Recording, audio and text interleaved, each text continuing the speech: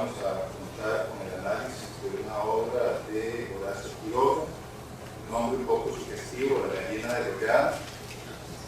Entonces vamos a contar también con la obra de nuestro amigo y compañero Jacques Chagor, que nos estará haciendo la mediación pedagógica, la interpretación del cuento y por supuesto también acompañándonos con sus cualidades como pianista, como músico. Que sea esta una oportunidad para que ojalá en un sucesivo nos sigan acompañando.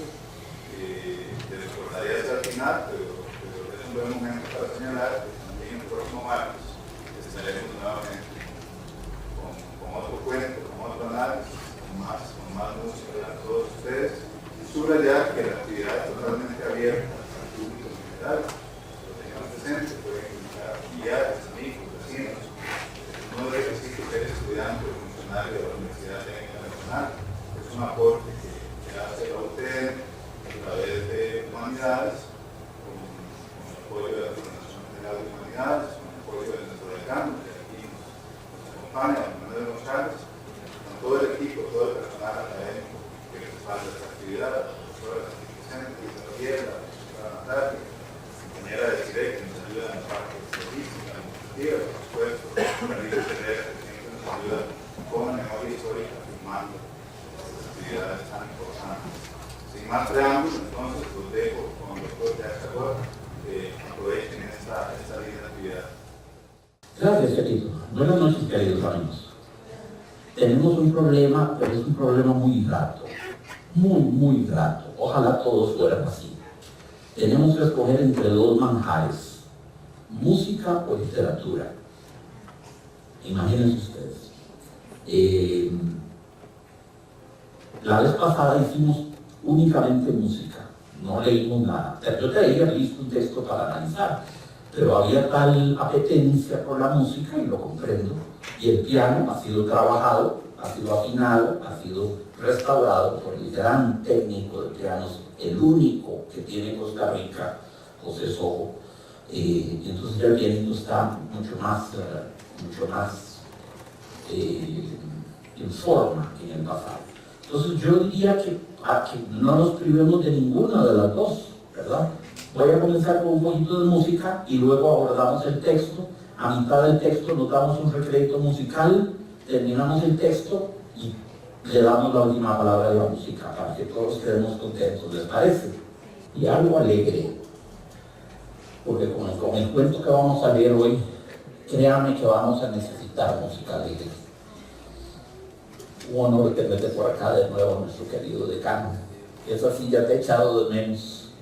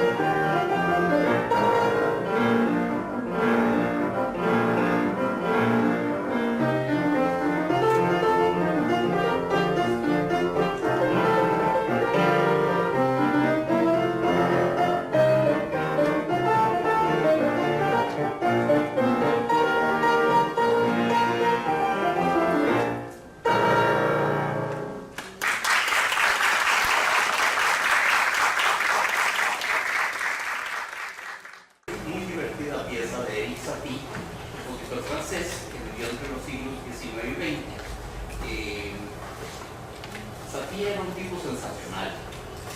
Fue contemporáneo de Debussy y de Ravel, pero tenía un estilo muy diferente, no era impresionista, eso no es impresionista, es un ritmo especial del sur de los Estados Unidos que se llama cakewalk, que es este ritmo.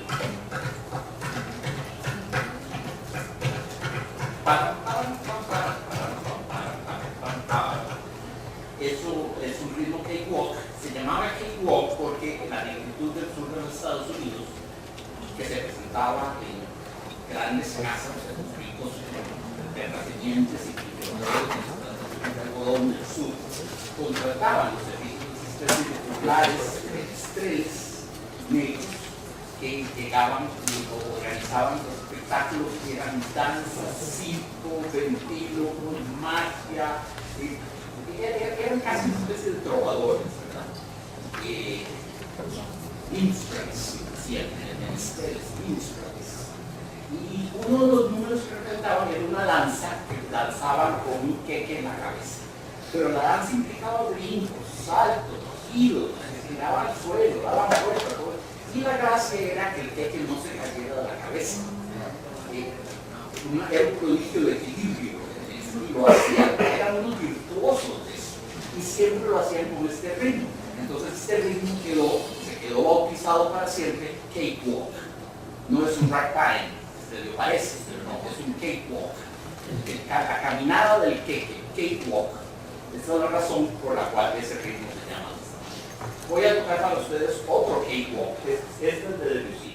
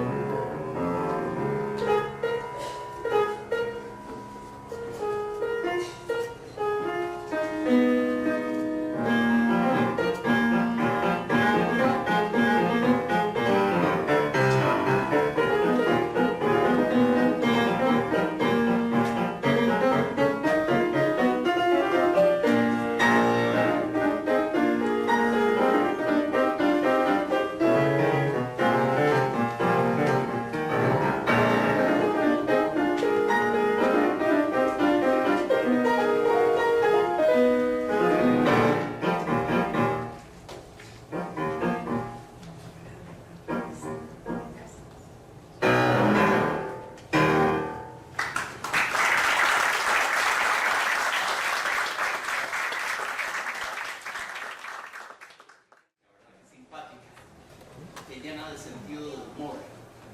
Ustedes saben que una cosa que hace Debussy muy irreverente.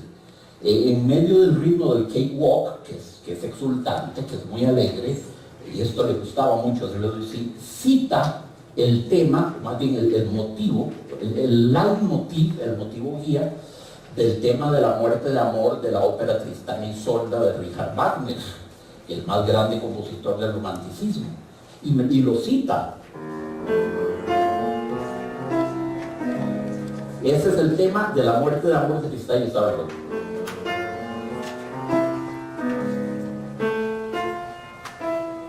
Y le pone como unas risotadillas, ¿verdad? Unas risillas, para desolemnizar, para desinflar todo el patos, la metafísica, la filosofía del dolor schopenhaueriana y nietzscheana que había en la obra del romanticismo alemán, sobre todo Richard Wagner. Y Debussy adoraba a Wagner, le gustaba mucho la música, pero es que Debussy no podía, he wasn't a good boy, era maldoso. Entonces cita la cosa más terrible que puede concebirse, la muerte por amor. Yo no puedo imaginarme algo peor. No sé si la gente aún se muere por amor, ya eso está fuera de moda. En mi época todavía se moría de amor la gente. Me temo que ya esté yo fuera de, ¿verdad? Fuera de siglo. Pero es un tema tremendamente preñado de dolor y de cosa muy seria, morirse de amor. Y Debussy, sin embargo, lo cita en el contexto de un cakewalk, es decir, lo desdramatiza, una manera de decirnos, amigos, ya tuvimos un siglo de lágrimas, de dolor, de grandes interrogantes metafísicas, Tristán y Isolda, Sigfrido, las Valquirias, el oro del Rin, el ocaso de los dioses, Lohengrin, Tannhäuser. Ya, basta, necesitamos algo más liviano, algo más humorístico. Entonces toma lo más serio que podría haber en el mundo, el tema de la muerte de amor, la cita, pero la descontextualiza porque la pone en medio de un cakewalk, que es un ritmo muy festivo, muy alegre, ¿verdad? Y con comentarios.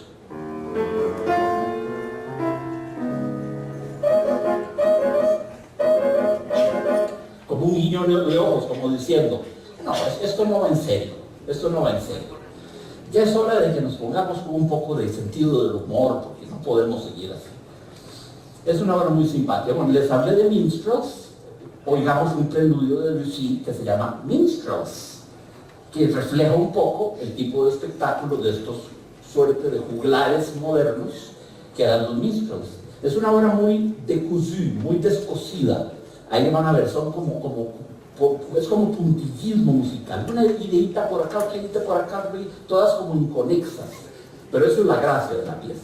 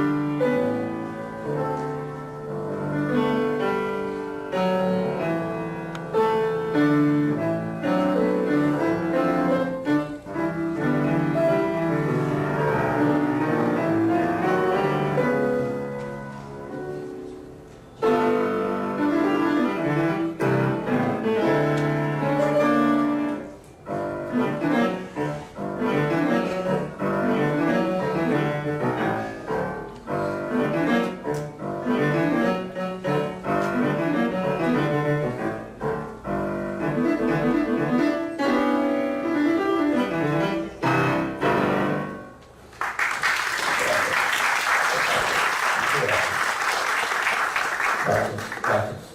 Hijo de Dios, ya me dieron ganas de seguir tocando piano. Ya ya mis manos ya no quieren separarse de este instrumento. Es como, los pianos son como parte de mi cuerpo, son como extensiones de mi cuerpo. Es así como lo siento. De hecho, la mejor parte de mi cuerpo, por mucho es esta, no esta, es esta.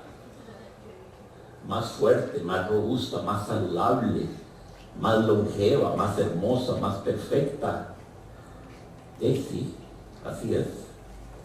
Pero tenemos que leer, y es que la literatura que traigo hoy es espesa. Hacemos una tregua en medio del cuento, en medio del suspenso del cuento, hacemos una tregua, volvemos al piano, y luego terminamos el cuento y volvemos al piano. ¿De acuerdo? Muy bien, este cuento es de uno de los grandes cuentistas de todos los tiempos, y ciertamente uno de los grandes de Latinoamérica, el uruguayo Horacio Quiroga. Es uruguayo, pero pasó casi toda su vida en Argentina. Alguna gente lo confunde, cree que es argentino, no, era uruguayo. Nació en 1878 y murió en 1937, joven. ¿Cuánto es eso? 59. 59 años, 50 y no sé qué, saquen la cuenta, del 78 al 37. Sí, 59. Sí, ¿verdad? Eso fue lo que vivió don Horacio Quiroga. Es un hombre muy peculiar.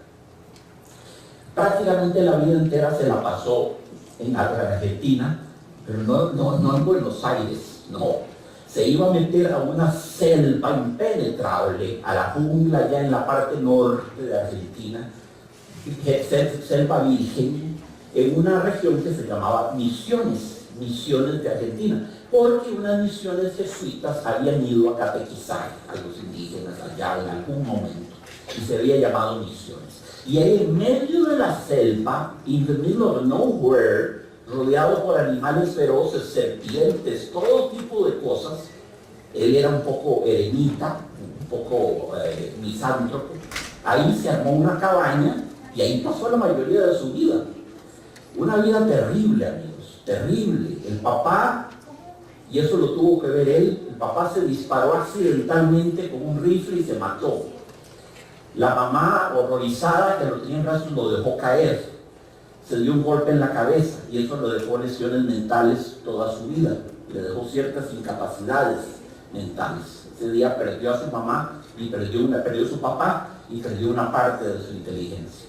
Se le suicida la mamá, se le suicida la primera esposa, se le suicida el padrastro, se le suicida un hijo. Ya vean ustedes la cantidad de dolor que eso supone en una vida. Creció rodeado de muerte y de esa forma particularmente indigerible de la muerte, que es la muerte autoinducida, ¿verdad? Por fin se suicida él. Y nada sorprendente, ¿verdad? Tenía el patrón familiar, tenía el modelo familiar, estaba programado para eso.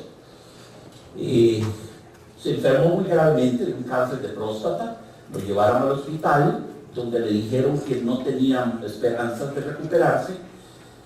Le pidió a un compañero del cuarto, un hombre deforme, terriblemente deforme, una especie de hombre elefante, como Joseph Merrick, el famoso hombre elefante, ¿verdad? Habrán ustedes visto la película o leído sobre eso, con deformidades espantosas.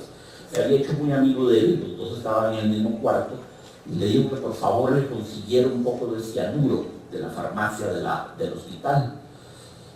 Y el compañero sabía perfectamente que él se iba a matar. Le trajo el cianuro, se lo tomó, y después de unas pocas horas de convulsiones espantosas murió.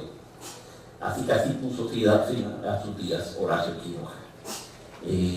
Murió en 1937, el mismo año en que murió Ravel, el bolero, el mismo año en que murió George Gershwin, el de la Rhapsody in Blue. A ver, tal vez Alfonsina Storni creo que murió en el 36, creo que murió antes. En fin, hubo años grandes artistas, fue un año horrible para las artes ese año 37.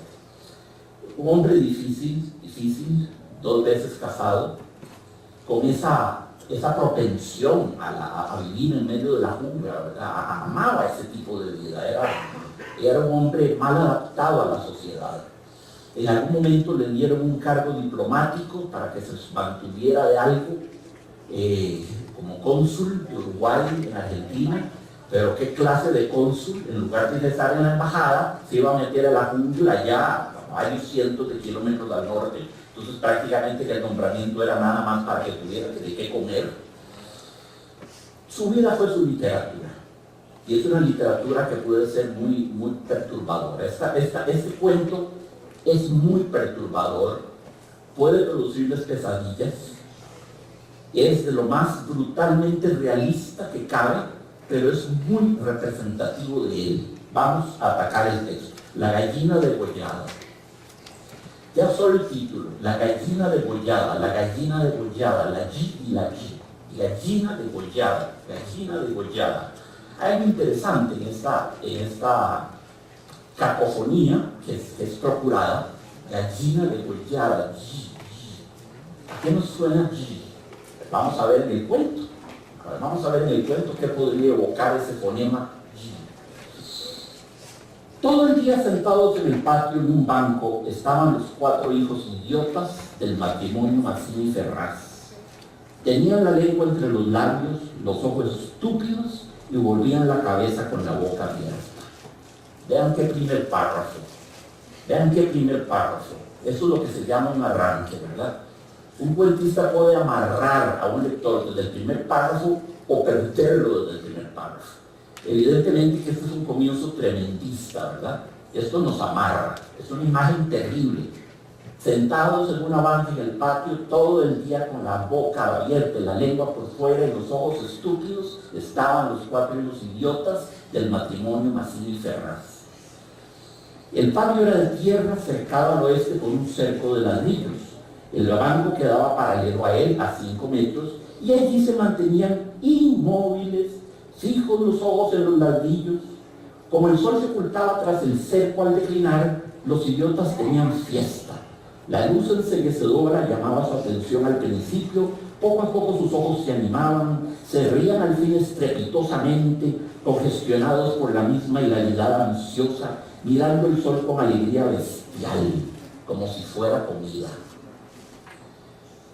Caramba, ¿verdad? Es que debe haberse tratado de una lesión cerebral muy severa, completamente privados de inteligencia. Veían el sol y lo que les daba ganas era de comérselo.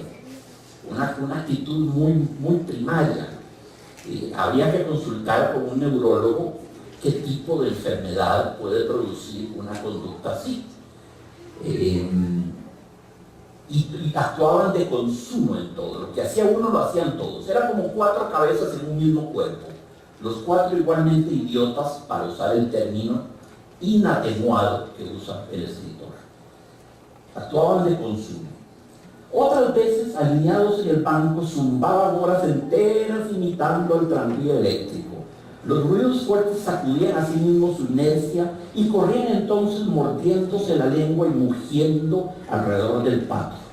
Pero casi siempre estaban apagados en un sombrío letargo de idiotismo y pasaban todo el día sentados en su banco con las piernas colgantes y quietas, empapando de glutinosa saliva el pantalón. Qué imágenes tan poderosas convoca Horacio Quiroga. Qué potente imagen, qué patético, qué doloroso, qué terrible. Un matrimonio con 4 hijos, así, 4 hijos. Ahora vamos a ver cómo sucedió. Tenían, ya nos damos cuenta por este párrafo, y eso es fundamental para el cuento, tenían el don de la imitación, podían imitar cosas que les llamaban la atención, por ejemplo el zumbido, la vibración del tranvía que pasaba, lo imitaban y los excitaban. Y lo que excitaba a uno los excitaba a todos. Y lo que sosegaba a uno los sosegaba a todos. Ellos no tenían individuación, eran como la misma criatura tetracéfala, con 4 cabezas. El mayor tenía 12 y el menor 8. En todo su aspecto sucio y desvalido se notaba la falta absoluta de un poco de cuidado maternal. Muy importante. Hijos negligé, como dirían los franceses, ¿verdad? Hijos descuidados, hijos no atendidos, hijos que vivían como si fueran los perritos de la casa, las mascotas, en el patio, sentados en un banco todo el día bajo la luz, bajo la lluvia, ¿verdad? Sucios, mal atendidos, no tenían una enfermera, no tenían tratamiento médico, no se dice que se les dieran pastillas para esto o para lo otro, descuidados por sus padres. Esto es crucial. Esos 4 idiotas, sin embargo, habían sido un día el encanto de sus padres. A los 3 meses de casados, Mazzini y Berta orientaron su estrecho amor de marido y mujer y marido hacia un porvenir mucho más vital, un hijo. ¿Qué mayor dicha para 2 enamorados que esa honrada consagración de su cariño, libertado ya del vil egoísmo de un mutuo amor sin fin ninguno y, lo que es peor para el amor mismo, sin esperanza posible de renovación? Entonces, Horacio Quiroga ve en los hijos el fin fundamental del matrimonio, el accomplissement, la consumación y el propósito y la cima del gozo, diría don Isaac Felipe Azofeifa, del matrimonio es la culminación de la relación en los hijos. Lo digo porque muchos no estarían de acuerdo.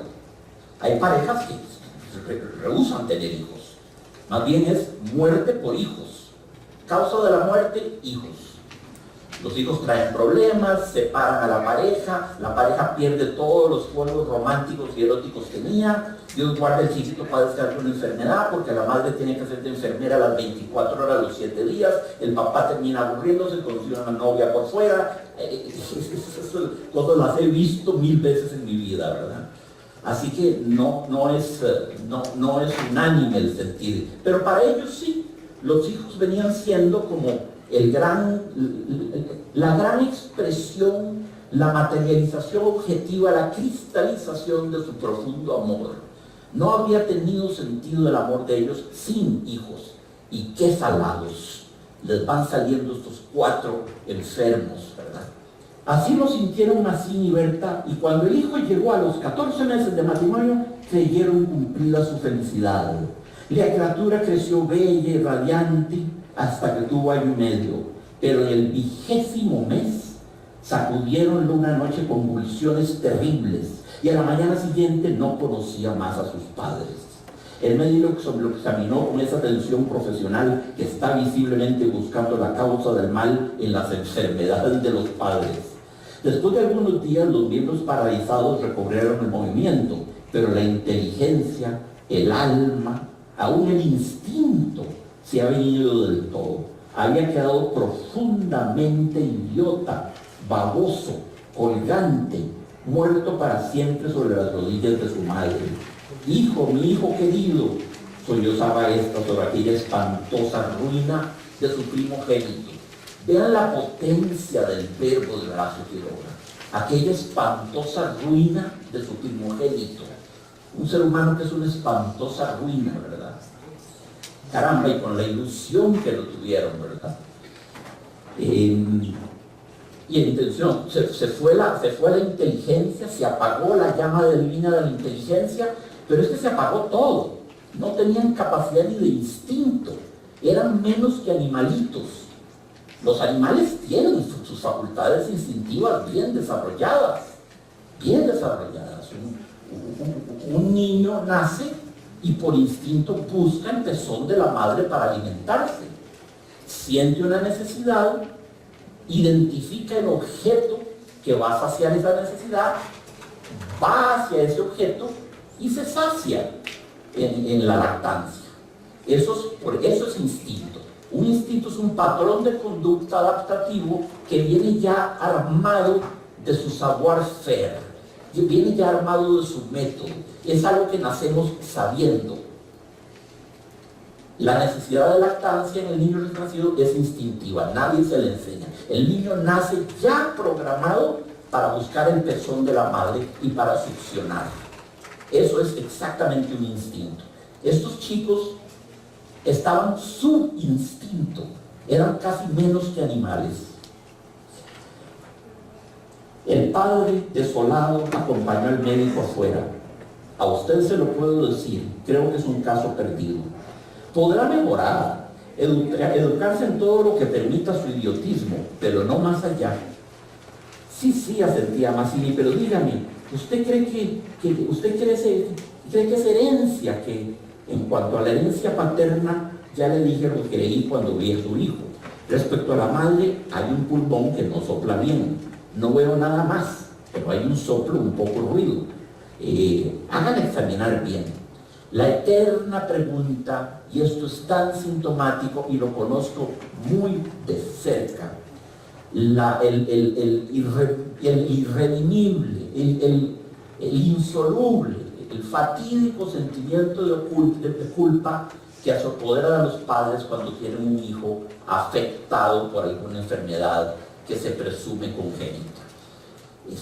La culpa de la madre, sobre todo, la culpa de haber traído al mundo una cosa tan imperfecta, tan atroz. Ya Mazzini está desesperado averiguando si es genético, y si es genético será por el lado de la madre o por su lado. Por su lado sabemos que hay algo, todavía no nos dicen qué, y por el lado de la madre lo único que hay es un poquito de un pulmón un poco dañado, con lo que podría ser tuberculosis, ¿verdad? Es una necesidad de Mazzini como de desresponsabilizarse, que el médico lo reafirme, que el médico le diga, no fue culpa suya, no son sus genes los que están podridos, no fue usted el responsable de esto. Él necesita oír eso. Bueno, no se lo dicen, ¿verdad? El médico de rigor no sabe. Con el alma destrozada de remordimiento, el sentimiento más autodestructivo que cabe, la culpa. ¿Qué es la culpa? ¿Qué es la culpa? Propóngame una definición de culpa. Todos sabemos qué es la culpa, pero yo les estoy pidiendo que me lo formulen. A ver, una especie de definición de diccionario. Culpa. La culpa no es otra cosa que rabia autodirigida. Rabia contra algo que al no poderse ensañar contra un objeto externo, exógeno, se vuelve sobre sí misma como el ponzón del alacrán, ¿verdad? Del escorpión, y se autoinocula, se autoinyecta. La culpa no es más que rabia que no encuentra un exutorio posible hacia afuera y entonces se vuelve contra el que la padece. La culpa es rabia autodirigida y es de los sentimientos humanos posiblemente el más autodestructivo y el más letal. Con el alma destrozada de remordimiento, Mazzini redobló el amor a su hijo, el pequeño idiota que pagaba los excesos del abuelo. Posiblemente el abuelo era un borrachín perdido, tal vez por ahí venga la cosa, conjetura Mazzini, ¿verdad? O un drogadicto, o quién sabe qué sería el abuelo. Ahí tenemos una hipótesis, ¿verdad? Tuvo asimismo que consolar, sostener sin tregua a Berta, herida en lo más profundo por aquel fracaso de su joven maternidad. Como es natural, el matrimonio puso todo su amor en la esperanza de otro hijo.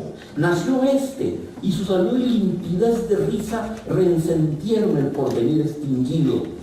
Pero a los 18 meses, las convulsiones del primogénito se repetían y al día siguiente amanecía idiota. Esta vez los padres cayeron en honda desesperación. Luego su sangre, su amor, estaban malditos. Su amor, todos ellos, 28 años él, 22 ella, y toda su apasionada ternura no alcanzaba a crear un átomo de vida normal. Ya no pedían más belleza e inteligencia como el primogénito, pero un hijo como todos. Cuánto dolor en esto, ¿verdad? Cuánto dolor, me cuesta hasta leerlo. Ese amor tan profundo que se profesa el uno al otro, que es que no logra producir otra cosa que monstruos. ¿Cómo es posible que de un sentimiento tan puro, tan noble, esto es lo que nos provoca a nosotros un escándalo metafísico, cómo es posible que de un sentimiento tan hermoso no surja otra cosa que monstruos? A ver, en la naturaleza, en un pantano, que es un pantano, que es una marisma, un montón de fango infeccioso lleno de bacterias y de putrefacción, y de animales batracios, reptiles, un lugar inmundo, donde sin embargo, engendradas por esa pudredumbre, crecen los lirios, crecen los nenúfares, crecen las flores más bellas y vienen a posarse las aves más hermosas. Es la belleza engendrada por la podredumbre, pero aquí es al revés. Aquí ellos son los lirios y nenúfares y su humor es hermoso y no logran crear más que pantanos. Es al revés, es el proceso, no es las miríadas de bacterias generando belleza, es en este caso la belleza generando el pantano. Es muy difícil de entender eso, ¿verdad? Son como antialquimistas, son como lo contrario del rey Midas, que todo lo que tocaba lo transformaba en oro. Ellos todo lo que tocan lo transforman en fango. Diríase una maldición, ¿verdad?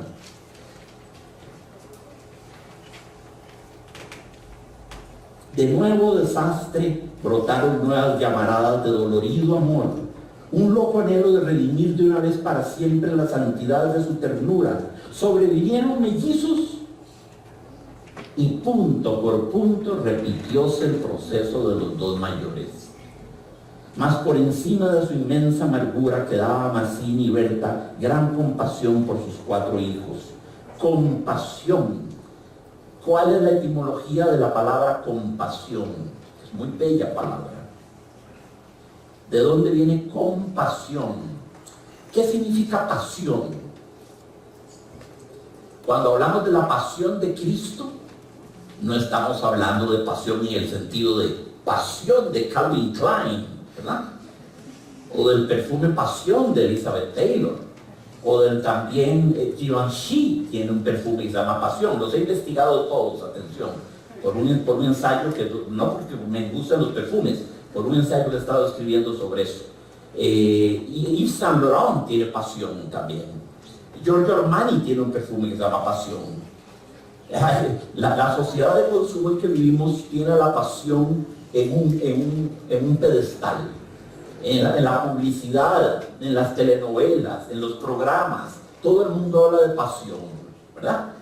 Los perfumes pasión, ¿verdad? Cargados de feromonas para producir, ¿verdad? Reacciones instintivas. Entonces las mujeres que lo huelen uno con aquello, supuestamente van a sentirse atraídas por uno, y viceversa. La pasión, amigos, en el fondo es un sentimiento muy sobrevalorado.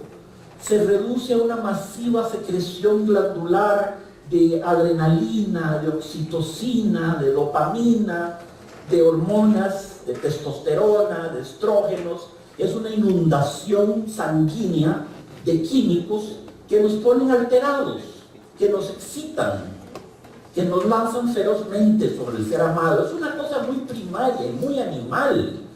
No entiendo que la sociedad sacralice tanto una cosa tan primaria. Fuese la inteligencia es otra cosa, fuese la sensibilidad o la ternura es otra cosa, fuese el amor profundo es otra cosa. Pero la pasión, hay gente que quiere vivir con pasión, quiere vivir apasionadamente. Entonces yo soy muy apasionado. Soy muy apasionado, o sea, tienes un índice muy alto de oxitocina en el sistema sanguíneo. Eso es lo que significa, porque básicamente eso es lo que significa. Si se está jactando de que sos muy apasionada, pues me alegro por tus glándulas. Me alegro por tu sistema secretivo de tus glándulas, están muy funcionales, qué dichosa. Seguramente yo las tengo un poco atrofiadas, debe ser eso. Te felicito. Calificación 10 en glándulas. Eso es pasión. La gente ha sustituido, y esto es la publicidad, y esto es la sociedad de consumo, ha sustituido el amor por el concepto de pasión. Más vale tirarse a la cama, rasgarse las vestiduras y antropofagizarse, canibalizarse como bestias en un ataque de pasión que un amor bien llevado. Pues por supuesto, el amor tendrá pasión y tendrá deseo. Yo no estoy, sean que no, de lo contrario sería aburridísimo. Pero es el amor, es el amor. La pasión es un subproducto del amor. La pasión no viene antes, viene después. Nos tienen tan enredados la cabeza con todo eso. Pasión originalmente viene de pasio, del latín pasio, y significa dolor. La pasión de Cristo significa el dolor, el martirio de Cristo. Compasión significa padecer con, sufrir con, compasión, sufrir con, padecer con. Es la imagen de la solidaridad. La solidaridad es tener compasión, como decíamos, un concepto muy budista. En el cristianismo se hablaría más bien de caritas. Caritas, la caridad, ¿verdad? Deus es caritas, como le significa papal, Dios es amor. El filósofo Spinoza habría hablado más bien de la misericordia. En fin, hay varios términos para referirnos a esa solidaridad, ¿verdad? Entonces, compasión, sentían compasión por los 4 hijos. Mazzini y Berta, gran compasión por sus 4 hijos. Hubo que arrancar del limbo de la más honda animalidad, no ya sus almas, sino el instinto mismo, abolido. No sabían deglutir, cambiar de sitio, ni aún sentarse. Aprendieron al fin a caminar, pero chocaban contra todo por no darse cuenta de los obstáculos. De nuevo, amigos, estamos en un nivel por debajo de animalitos. Un animalito no choca con las cosas, ¿verdad? Identifica el peligro y se aleja. No podían deglutir. Tragar no era una cosa automática para ellos. Les tuvo que ser enseñada. Cuando los lavaban, mugían hasta inyectarse de sangre el rostro. Animábanse solo al comer cuando veían colores brillantes u oían truenos. Se reían entonces echando afuera la lengua y ríos de baba radiantes de frenesí bestial. Tenían en cambio cierta facultad imitativa, pero no se pudo obtener nada más. Sí, los colores brillantes, cierto tipo de ruidos los estimulaban y tenían cierta capacidad imitativa. Es que no podría decir yo que lleguen a nivel de un monito. Un monito tiene más destreza, ¿verdad? Es una cosa terrible, Cuatro, ¿verdad? 4 hijos así. Con los mellizos pareció haber concluido la aterradora descendencia, pero pasados 3 años, desearon de nuevo ardientemente otro hijo, confiando en que el largo tiempo transcurrido hubiera aplacado la fatalidad. No satisfacían sus esperanzas, y en ese ardiente anhelo que se exasperaba en razón de su infructuosidad, se agriaron. A este momento cada cual había tomado sobre sí la parte que le respondía en la miseria de sus hijos, pero la desesperanza de redención ante las 4 bestias que habían nacido de ellos echó afuera esa imperiosa necesidad de culpar a los otros, que es patrimonio específico de los corazones inferiores. Hace aquí Horacio Quiroga un juicio de valor severísimo y muy pertinente. Ya había más bien durado mucho. Tienen 3 años ya que las criaturas nacieron, bueno, ya más, porque uno tiene 12, uno tiene 8. Todavía no se habían echado aún las culpas uno al otro. Todavía no se habían degradado al punto de culparse uno al otro de la tragedia de sus hijos, pero ya comienzan. Y este es un punto de inflexión tremendo en el cuento y en la relación. Ya cuando llegamos a la inculpación, sos vos la enferma. No, es que fue el borracho de tu abuelo que le pasó los malos genes a mis hijos. No, es tu pulmón de tuberculosa. Ya cuando se llega a ese punto, ya ese irrespeto, ya una relación está perdida. Iniciándose con el cambio de pronombre. Tus hijos. Ya no hablan de nuestros hijos o de mis hijos. Tus hijos. Esos engendros son tuyos, tus hijos, no los míos, tus hijos. Y como a más del insulto había la insidia, la atmósfera se cargaba. Me parece, díjole una noche Mazzini, que acababa de entrar y se lavaba las manos, que podrías tener más limpios a los muchachos. Berta continuó leyendo como si no hubiera oído. Es la primera vez, repuso el rato, que te veo inquietarte por el estado de tus hijos. Mazzini volvió un poco la cara a ella con una sonrisa forzada. De nuestros hijos, me parece, más bien. Bueno, de nuestros hijos. ¿Te gusta así? Alzó ella los ojos. Esta vez Mazzini se expresó claramente. Creo que no vas a decir que yo tenga la culpa, ¿no? Ah, no, sonrió Berta, muy pálida, pero yo tampoco, supongo, nos faltaba más, que no faltaba más. Pues sí, que si alguien tiene la culpa no soy yo, entendelo bien, eso es lo que te quería decir. Su marido la miró un momento con brutal deseo de insultarla. Dejemos, articuló secándose por fin las manos, como quieras, pero si quieres decir Berta, como quieras. Este fue el primer choque y le sucedieron otros, pero en las inevitables reconciliaciones sus almas se unían con doble arrebato y locura por otro hijo. Nació así una niña. Vivieron 2 años con la angustia flor de alma, esperando siempre otro desastre. Ustedes pueden imaginarse la ansiedad de esos padres con ese 5.º intento, que además era una niña, más promisorio, quizás por ser una niña no sufriera el tipo de problemas que los varones. Tal vez si fuera un problema cromosómico genético, tal vez no afectaría a las hijas. Hay enfermedades que son así, la hemofilia afecta a los hombres, no afecta a las mujeres, aunque son las mujeres las que las transmiten, ¿verdad? Habría que investigar, no existía el conocimiento científico cuando se este cuento para determinar ese tipo de cosas. Pero bueno, les vino al mundo una chiquita, pero pueden comprender ustedes. Yo recuerdo cuando nació mi hermanita, ya yo estaba grande, yo tenía 15 años. Mi hermanita fue como un golazo de media cancha, ¿verdad? Qué bruto mi papá. Qué disparo más al ángulo fue. Pero así lo con eso mismo. Ya tenía 15 años y yo que veía a la chiquita, y yo recuerdo una cosa, yo me crecí con ella más que con un sentimiento de hermano, casi como de papá, porque 15 años es mucho de diferencia, y la veía dormida en su cunita y a veces me daba miedo que se hubiera muerto. La veía tan calladita, tan silenciosa, tan dormida, tan profundamente fuera del mundo, que me iba a ver y le ponía la mano para ver si la sentía respirando y veía que se levantaba y se bajaba la cobijita y ya me quedaba yo tranquilo. Pero recuerdo haber vivido eso muchas veces, verla y decirme, cielo santo, estará viva. Y yo me iba a cerciorarlo. Si eso lo sentía yo, imagínense el estado en que vivirían Mazzini y la esposa Ferraz, ¿verdad? Aguardando una tragedia muy probable estadísticamente. Nació así una niña.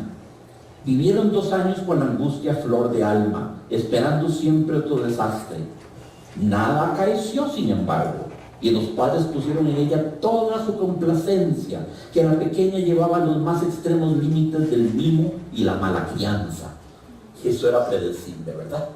Eso era previsible. La chiquita iba a ser la chiquita, la única hija, la mimada, la privilegiada, la chineada, la sobreprotegida, y cómo no. Eso es un error, evidentemente, de crianza, pero lo comprendo, no los juzgo severamente. Yo hubiera hecho lo mismo como papá. Si en un jardín donde todas las hojas, las flores están marchitas y muertas, nace una flor hermosa, yo la aíslo, le pongo una cerquita, la separo, la pastoreo, la irrigo, la veo todos los días, lo que no haría con las otras. Es terrible, no digo que esté bien, no los aplaudo, digo simplemente los comprendo. Si aún en los últimos tiempos Berta cuidaba siempre de sus hijos, al nacer Bertita olvidóse casi del todo de los otros. Su solo recuerdo la horrorizaba como algo atroz que la hubieran obligado a cometer. A Mazzini, bien que en menor grado, pasábale lo mismo. En menor grado, sí, lo comprendo. Lo comprendo porque él es el hombre. Las criaturas fueron concebidas en el vientre materno. Es el gran privilegio, la gran bendición, el gran prodigio de la mujer como laboratorio de vida. Acarrea también una terrible, injusta responsabilidad en un caso como este, ¿verdad? Mazzini puede zafarse un poco más de la responsabilidad. Él no hizo más que poner su semilla en el surco labrantío que era la madre. Y de ahí en adelante, la vida fermentó y cristalizó y coaguló en el seno de la madre. Es comprensible que fuera sobre todo Berta la que se sintiera culpable de esto, más que Mazzini. No por eso la paz había llegado a sus almas. La menor indisposición de su hija echaba fuera, con el terror de perderla, los rencores de su descendencia podrida. Habían acumulado y el sobrado tiempo para que el vaso no quedara distendido, y al menor contacto el veneno se vertía afuera. Desde el primer disgusto emponzoñado habíanse perdido el respeto, y si algo hay a que el hombre se siente arrastrado con cruel fruición, es cuando ya se comenzó a humillar del todo a una persona. Por eso les digo, ya cuando se comete una falta de respeto, en cierto modo el proceso es irreversible. Ya se cometió la falta de respeto, ya se abrió ese postigo, ya se abrió ese portillo, y ya van a venir más faltas de respeto. Antes se contenían por la mutua falta de éxito. Ahora que este había llegado, cada cual atribuyéndolo a sí mismo sentía mayor la infamia de los 4 engendros que el otro había forzado a crear. Con estos sentimientos no hubo ya para los 4 hijos mayor afecto posible. La sirvienta los vestía, les daba de comer, los acostaba con visible brutalidad. No los lavaban casi nunca. Pasaban casi todo el día sentados frente al cerco, abandonados de toda remota caricia. Terrible error parental, ¿verdad? Terrible error con aquellas criaturas que eran seres humanos, infelices, desgraciados. No eligieron su destino. Antes bien, habría sido necesario redoblar la ternura, redoblar el afecto, redoblar el cariño.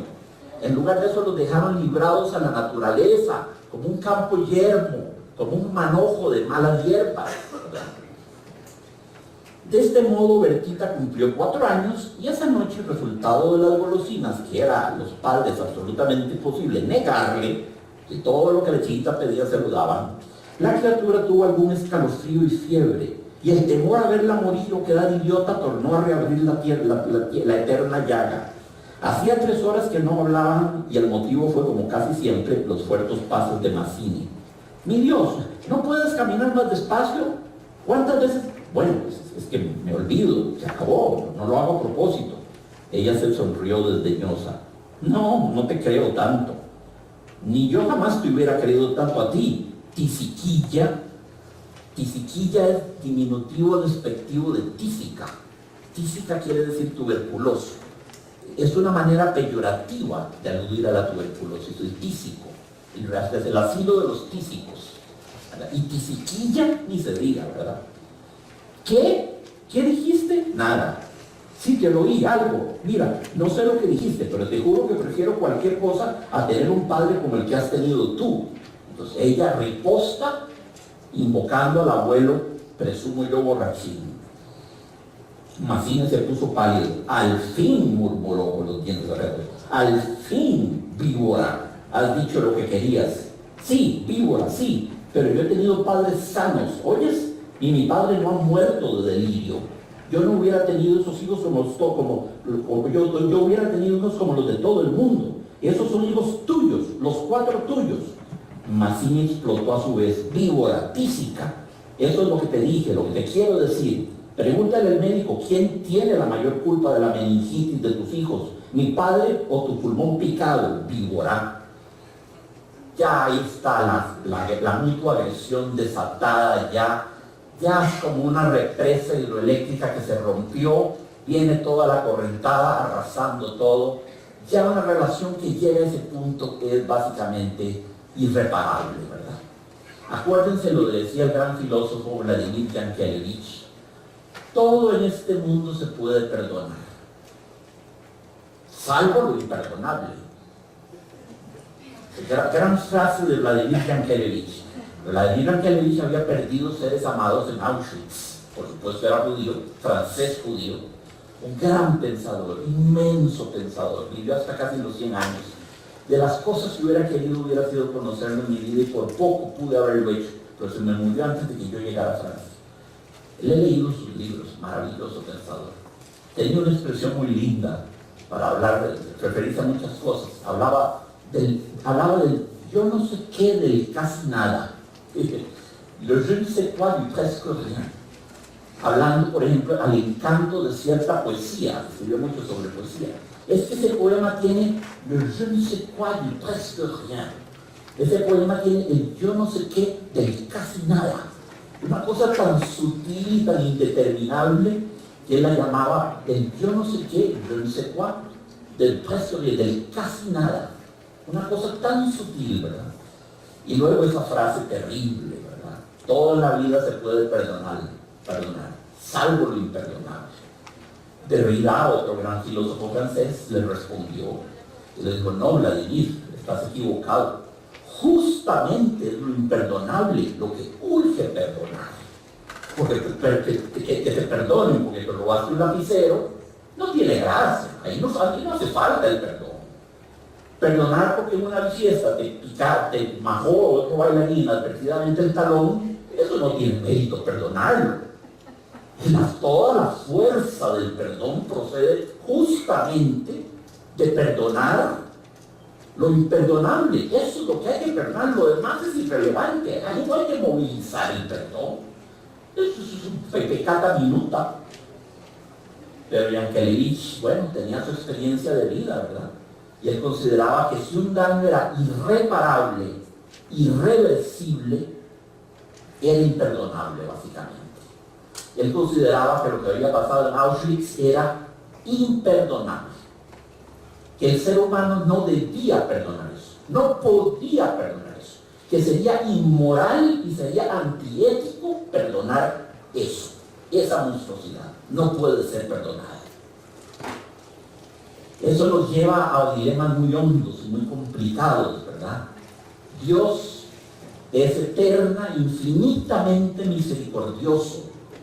Significa, aquí la atención, porque lo que yo subrayo aquí es el adverbio. Dios es infinitamente misericordioso. Es decir, todo lo tiene que perdonar, porque es infinita su misericordia. La misericordia humana es finita. Nosotros no perdonamos montones de cosas, no somos Dios. ¿Cómo podríamos ser infinitamente misericordiosos y perdonarlo todo? Nuestra inteligencia es finita, nuestra vida es finita, nuestra madurez es finita, nuestra compasión es finita, nuestra comprensión es finita, todo de nosotros es chiquitito y finito. ¿Cómo podríamos perdonarlo todo? ¿Cómo se nos puede exigir que lo perdonemos todo? No somos omniscientes, no somos omnipresentes, no somos omnipotentes. ¿Cómo podríamos perdonarlo todo? Dios puede darse el lujo. A él nada le puede agredir, nada le puede hacer daño. Entonces puede darse el lujo de perdonarlo todo. Pero nosotros, criaturillas chiquitillas y vulnerables, si perdonamos, nos va en ello la vida. Una mujer agredida por un esposo borracho que la aporrea todas las noches, podrá perdonarlo 3 veces, pero a la cuarta tiene que no perdonarlo, porque ya ella activa sus resortes de sobrevivencia, le va en la vida misma se le está jugando el no perdonarlo. Entonces se va de la casa, o lo echa de la casa, o lo denuncia al INAMO, o lo mete bajo rejas. Ya no perdona. En el ser humano la capacidad de perdón está limitada por nuestra sobrevivencia. Ahí cuando nuestra sobrevivencia entra en peligro, tenemos que dejar de perdonar. Es parte de nuestra finitud, de nuestra fragilidad, de nuestra vulnerabilidad. Dios no tiene ese problema. Pero entramos en esta paradoja. Báilenme esto en un trompo. Báilenme este trompo en una uña. En la uña del dedo chiquitito. Dios es infinitamente misericordioso, pero también, y vuelvo a subrayar el adverbio, Dios es infinitamente justo. Si es infinitamente justo, tiene que ser infinitamente castigador. Si es infinitamente misericordioso, tiene que ser infinitamente perdonador. Entonces, ¿en qué quedamos? Es que el problema es que es infinitamente. Dios es parcialmente justo. Eso ya no había problema, pero los infinitamente crean una aporía, crean una antinomia, crean un oxímoron, una situación irresoluble, ilógica. No podemos ir contra la lógica, el principio de la no contradicción. No podemos decir una cosa, si yo digo esta mesa es blanca y es negra, una de las propuestas por lo menos debe ser falsa. Si Dios es infinitamente misericordioso, tiene que haber perdonado a Hitler y a Stalin y a Mao. Si es infinitamente justo, tiene que haber mandado a Hitler, a Stalin y a Mao al más abierto círculo del infierno. Y perdón para los verdugos y asesinos, en virtud de su infinita misericordia, sería traición para las víctimas.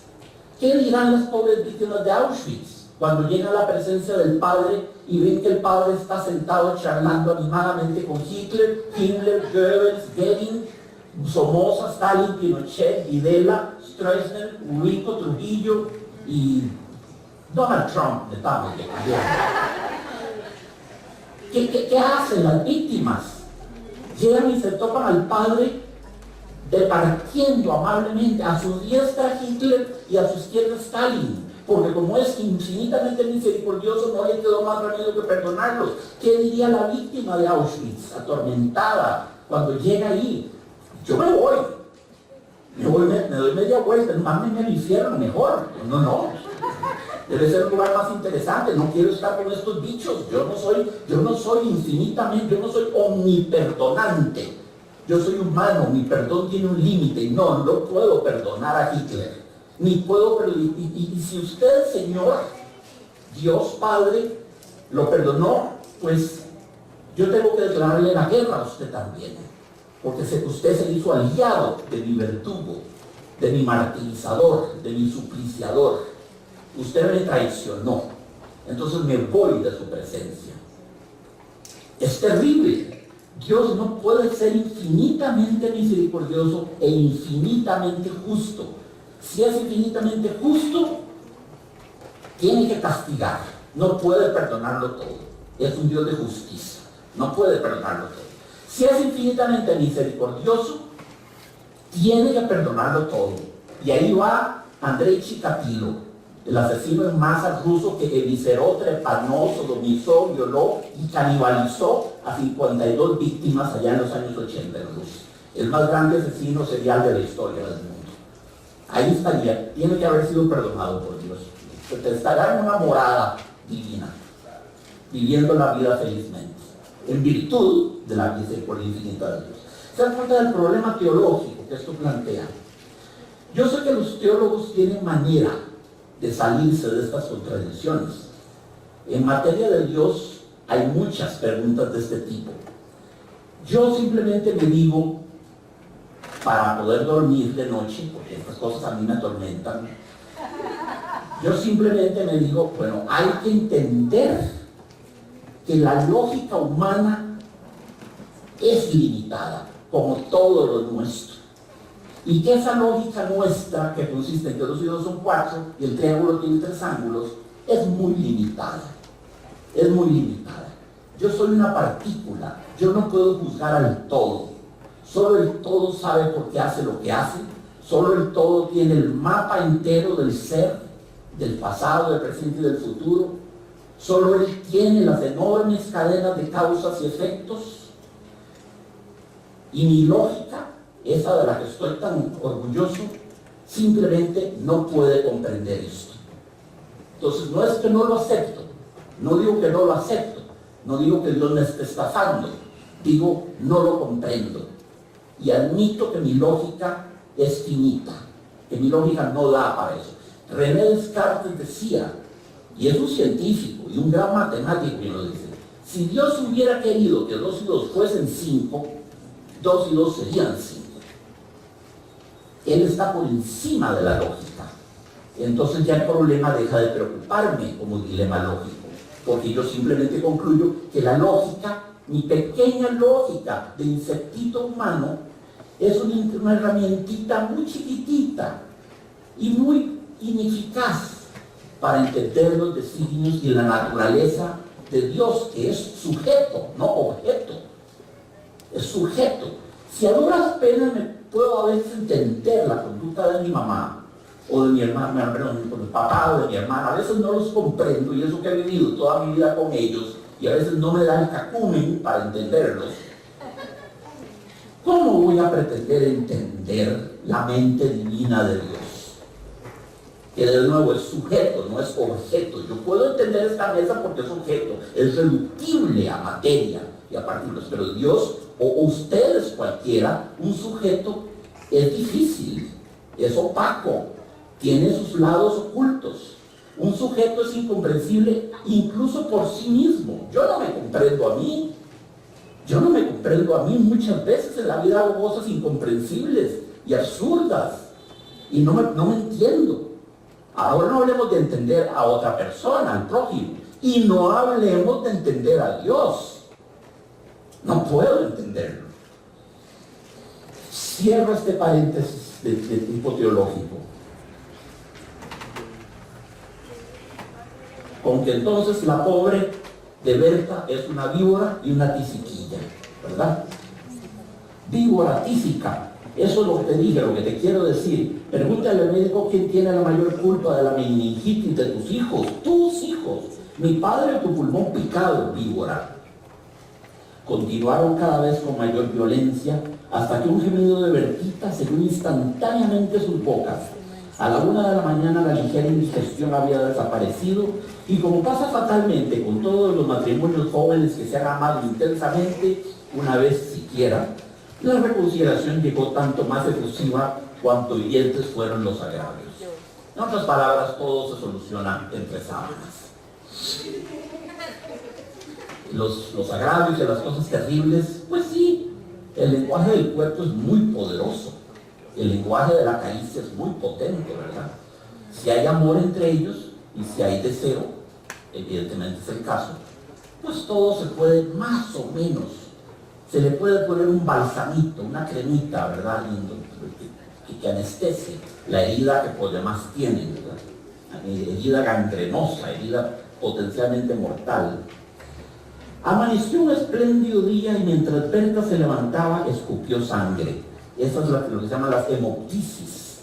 Hemoptisis era lo típico de los tuberculosos, escupir sangre. Chopin, el gran pianista, el compositor polaco, murió de tuberculosis a los 39 años y tenía grandes problemas al tocar en público porque tenía que escupir sangre. Y tocando en el piano era terrible, ¿verdad? Era terrible para él controlar esos accesos de tos. Por eso dio muy pocos conciertos en su vida. Por dicha, porque se dedicó a componer. Y por eso tenemos 52 mazurcas, 27 preludios, 27 estudios, 14 valses, 4 baladas, 4 scherzos, 4 impromptus, 2 conciertos, 3 sonatas. Por dicha, que las cosas pasan por algo, ¿verdad? Por dicha que a Schumann se le paralizó el cuarto dedo de la mano derecha. Él quería ser un virtuoso, él quería ser el Paganini del piano. Se le produjo una parálisis y tuvo que abandonar la carrera de pianista. Pero gracias a eso nos ganamos un súper compositor. La historia de la música sería inconcebible sin Robert Schumann. Entonces las cosas pasan for a good reason. For a good reason. Si Schumann no se le paralizara, hubiera sido un pianista más. No tendríamos su concierto en la menor para piano y orquesta, no tendríamos su fantasía, su Kresleriana, su carnaval opus 9, no tendríamos sus maravillosas canciones para soprano y piano, no tendríamos nada. Habría pasado a la historia como un pianista más de los muchos que hubo en ese momento. Qué cosa linda, ¿verdad? Saber que la providencia actúa con tanto sentido, ¿verdad?